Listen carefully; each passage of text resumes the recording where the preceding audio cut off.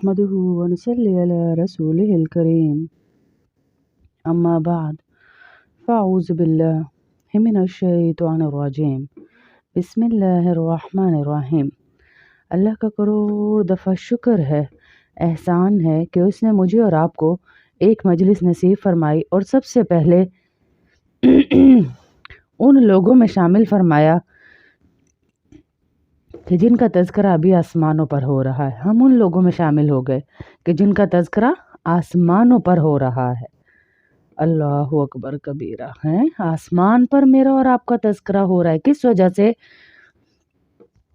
کہ ہم نے انتخاب کیا دینی مجلس کا۔ اللہ نے ہمیں چنا دینی مجلس کے لیے، اللہ نے ہمیں فضیلت دی دینی مجلس میں بیٹھنے کی، اللہ کا ذکر کرنے کی۔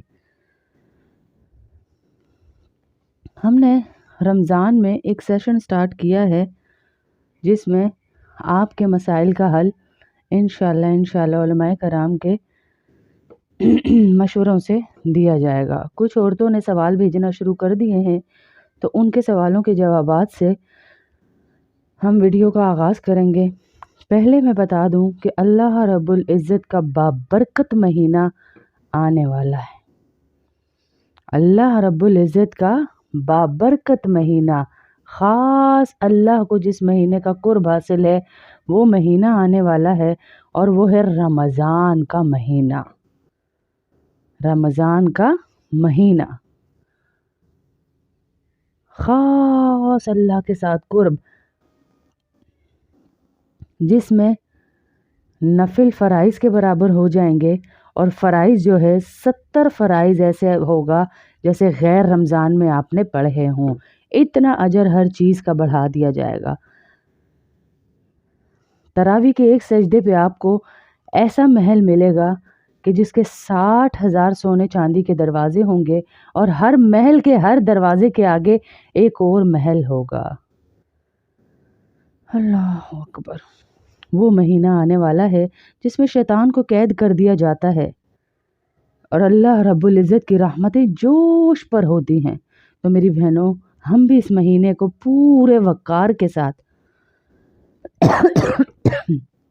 اللہ کو راضی کرتے ہوئے گزاریں۔ کئی بہنوں کے ایسے ایسے مسائل ہیں کہ اگر وہ ہم سنیں تو ہم ہاتھ کانوں کو لگا دیں کہ اتنے کامن مسائل اور ان کو ان کا بھی حل نہیں پتہ تھا۔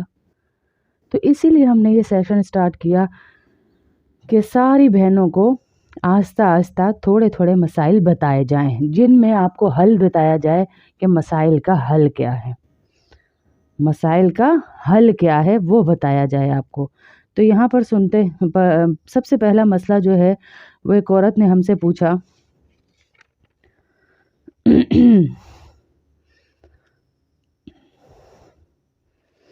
کہ باجی کیا ہم کان میں تیل یا دوا ڈال سکتے ہیں روزے کی حالت میں؟ کان میں تیل یا دوا ڈال سکتے ہیں روزے کی حالت میں؟ تو مسئلہ سن لیجئے۔